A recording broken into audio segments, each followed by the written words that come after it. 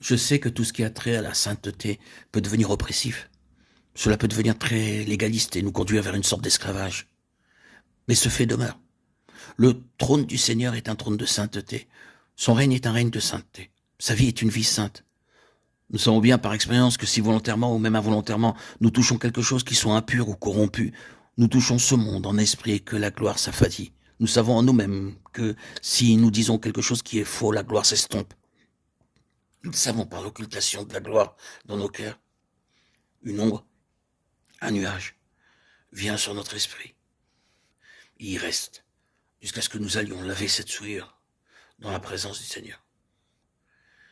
Considérons donc l'autre aspect, l'intermédiaire symbolique du trône, typifié par les roues.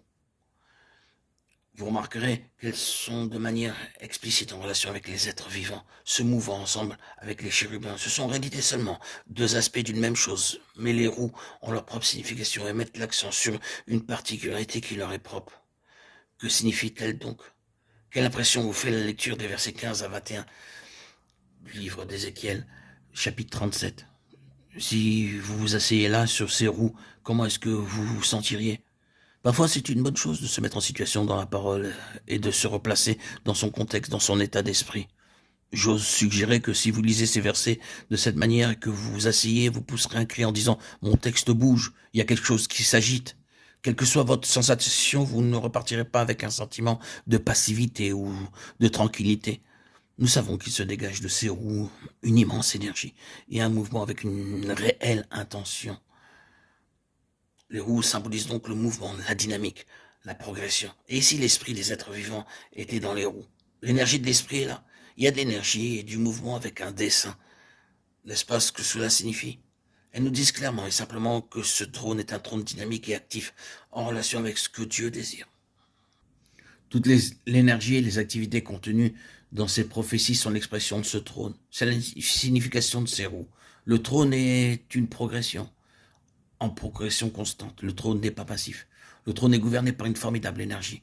Dieu est profondément désireux d'obtenir sa grande fidélité pour que tout soit glorieux, rempli par sa gloire et pour sa gloire.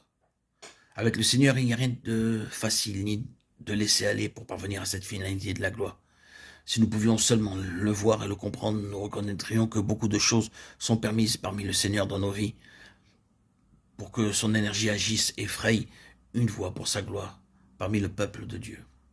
L'apôtre Jean nous dit que tout son évangile fut écrit avec un objet. Ce but, c'est la gloire du Seigneur Jésus. En toutes circonstances, du commencement à la fin, elle gouverne tout.